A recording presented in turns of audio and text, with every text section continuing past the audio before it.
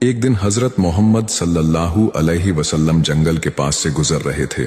तभी उन्होंने देखा कि एक यहूदी ने एक हिरण को पकड़कर बांध रखा है। जैसे ही हिरण की नजर नबी पाक पर पड़ी, वह रोते हुए कहने लगा, या रसूल अल्लाह, मैंने अपने बच्चों को सुबह से दूध नहीं पिलाया है। वे भूखे प्यासे मेरी राह देख रहे होंगे। मेरी इल्तिजा है कि मुझे उन्हें दूध पिलाने की इजाजत दिला दें। नबी करीम सल्लल्लाहु अलैहि वसल्लम की आंखें नम हो गईं। आपने यहूदी से कहा, यह एक माँ है, इसे अपने बच्चों से मिलने दो। यहूदी ने मना करते हुए कहा, अगर यह चली गई तो लौटेगी नहीं। नबी ने फरमाया, अगर यह ना लौटी तो तुम मुझे उम्र भर के लिए कैद कर लेना। यहूदी मान गया और हिरण को छोड़ दिया। नबी पाक खुद यहूदी के पास गिरवी हो गए। हिरण तेजी से जंगल की ओर भागी और अपने बच्चों से मिली। उसने उन्हें सारी कहानी बताई। बच्चों ने कहा, हम उस नबी के रहते हुए दूध नहीं पी सकते जो तुम्हारे लिए गिरवी रखे गए हैं। हम भी तुम्हारे साथ चलेंगे।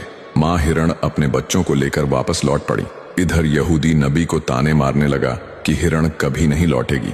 मगर कुछ ही देर बाद उसने देखा कि हिरण अपने बच्चों सहित वापस आ गई है। नबी ने पूछा, तू अपने बच्चों को क्यों लाई?